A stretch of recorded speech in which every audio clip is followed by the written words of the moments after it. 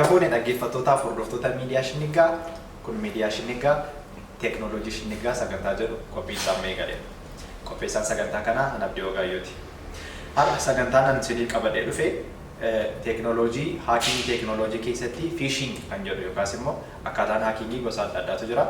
Garuu kan kana qopheessuu danda'ee fi kaleessa informationii tokko dhaga'ee ture innis immoo akkaawuntiin maqaa Jaaloo Hundeessaatiin banamee ture haak ta'eera kan jedhu sana dhaga'eetanii isinillee akka odeeffannoo kan argattan akkasumas immoo akkamittiin akkaawuntii keessan akka protect gochuu qabdan informationii qabu isinii share gochuu jedhanii jechuudha. Tol gara kanaatti gaafa darbinu karaa salphaa namoonni hundumtuu ittiin akkaawuntiin isaa haak ta'u karaan beekamaan tokko jira. Innis immoo fiishing jedhama. Fiishing jechuun false page jechuudha. Peejii wal fakkaataa uumaniitu informationii paaswordii keessanii fi imeelii keessan argatanii isa booda gara akkaawuntii keessanitti galu jechuudha. So kan akkamitti protect gochuu dandeenya kan jedhu immoo namni hundumtiyyuu two step verification kan jedhu teeknooloojiin amma jiru amma duraan waan akkasiin ture amma yeroo dhiyoo asitti googiliin jiimeeliin feesbuukiin teelegiraamiin sooshaal miidiyaan adda addaa wanta inni hojjechaa jiru tokko jira innis immoo two step verification jedhama. Two step verification jechuun paaswordii erga gashitanii booda confirmationii lakkoofsa bilbilaa keessan yookaas immoo imeelii isin achirra gashitan irratti isinii ergaa jechuudha.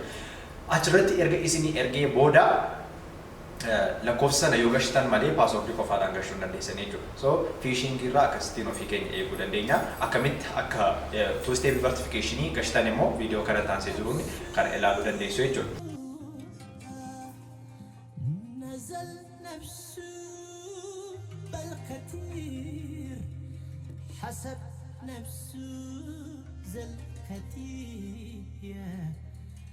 ترحمني أنا من القتية هو هالحياة هو هالحقيقة هو تركت بكش بهو جنة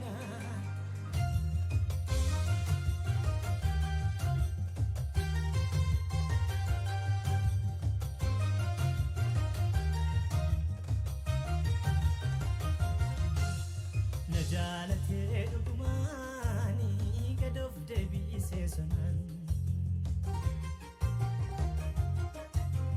وفي يكاتم لك